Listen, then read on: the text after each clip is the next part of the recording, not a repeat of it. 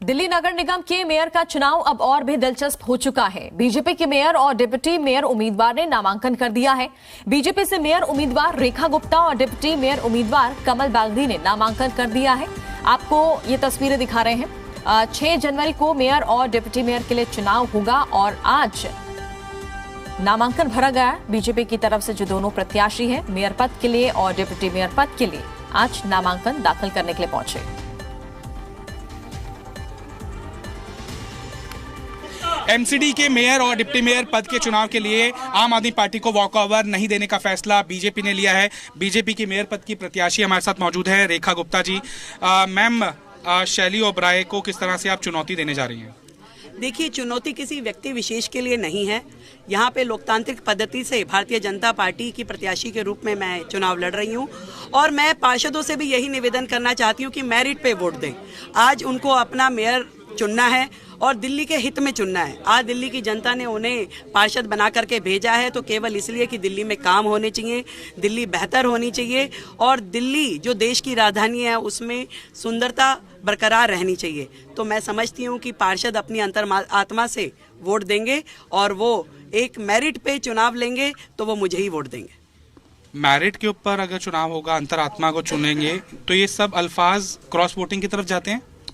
देखिए, ये अधिकार है किसी भी पार्षद का कि वो किसे चुने और ये अधिकार का प्रयोग उन्हीं को करना है। इसमें मैं कुछ नहीं कहूँगी, पर इतना जरूर कहूँगी कि दिल्ली को बेहतर बनाने के लिए मोदी जी के विज़न के साथ हमें चलना होगा। दिल्ली हरी भरी हो, सुंदर हो, डस्ट फ्री हो, ढलाव फ्री हो, कूड़ा फ्री हो, मलबा कहीं सड़कों पे ना दिखाई दे, अच्छी शिक्षा व्यवस्था हो और बहुत ही एमसीडी का सरलीकरण हो। इसके लिए हम सबको मिलकर के काम करना है। ये किसी एक व्यक्ति का मंतव्य नहीं है। दिल्ली की जनता ने हम सबको जो मत देकर के यहाँ भेजा है उसमें हमारी जिम्मेदारी बनती है कि सही निर्णय लें और सही के साथ चलें। कमल जी, दलित बनाम माइनॉरिटी हो रहा है ना? डिप्टी मेयर उनका माइनॉरिटी का आया है और आप दलित समाज से आते हैं। किस तरह से एक महत्वपूर्ण फैसला बीजेपी का है, आपके समाज के लोगों को मैसेज? पहली बात तो भारतीय जनता पार्टी कभी भी किसी के बनाम किसी को नहीं करती। मैं एक कार्यकर्ता हूँ और कार्यकर्ता के नाते पार्टी ने मुझे यहाँ पे चुन के भेजा है और हम सब मिलकर इस काम को कर रहे हैं और जैसा भी होगा वो हमारे सर माथे पे होगा और हम सबसे वोट की अपील करेंगे ताकि दिल्ली का विकास हो सके। हर्ष मल्होत्रा जी हैं। हर्ष जी, आप कम से कम स्ट्रैटेजी समझा दीजिए कि बीजेपी मजबूती से लड़ने वाली है, जीत हो या ना हो वो दूसरी चीज़ है। इसमें स्ट्रैटेजी की बात नहीं है। ये भारतीय जनता पार्टी अपनी लोकतांत्रिक हक के नाते अपने मेयर, डिप्टी मेयर और स्टैंडिंग कमेटी के जो मेंबर्स हैं उनका नॉमिनेशन कराया है। मैं ऐसा मानता हूं कि जनता ने 250 पार्षदों को चुन के भेजा है। उन्होंने अपने में से अपने मेयर, डिप्टी मेयर और स्टैंडिंग के लोगों को चुनना है और ये उनके विवेक पे निर्भर करता है। उनको ये समझ में आएगा कि मेरिट पे कौन दिल्ली की नगर निगम को अच्छे से चला सकता है। यही अपील हम लोग सभी पार्षदों से करेंगे कि वो व्यक्ति को देखते हुए मेरिट पे वोट दें। पूर्व मेयर हमारे साथ हैं जेपी जी। जेपी जी, मैं एंकर सवाल पूछते तो मैं कहता हूं कि सतही तौर पर एमसीडी और के मेयर और डिप्टी मेयर का चुनाव है, लेकिन असली खेल स्टैंडिंग कमेटी के चेयरमैन का है। सही बोलता हूं? देखिए, अच्छे निगम बने, मजबूत निगम बने और जो भी निगम बने वो निगम के हित में, जनता के हित में फैसले ले। उसके लिए तजुर्बेकार व्यक्तियों की जरूरत है और हमारी जो महापौर की उम्मीदवार है रेखा जी, वो तीसरी बार की निगम पार्षद है।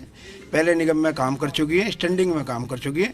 मुझे लगता है कि अगर जनता ने जो लोगों को चुन करके भेजा है वो सभी पार्षद एक अच्छी महापौर चुनेंगी जो तजुर्बेकार होंगी और निगम को आगे बढ़ाने में सहायक सिद्ध होंगी। जेपी जी, आखिरी सवाल, क्या जो चुनौती मेयर और डिप्टी मेयर पद के चुनाव की है उससे बड़ी चुनौती स्टैंडिंग कमेटी के चेयरमैन पद की रहेगी आम आदमी पार्टी के लिए?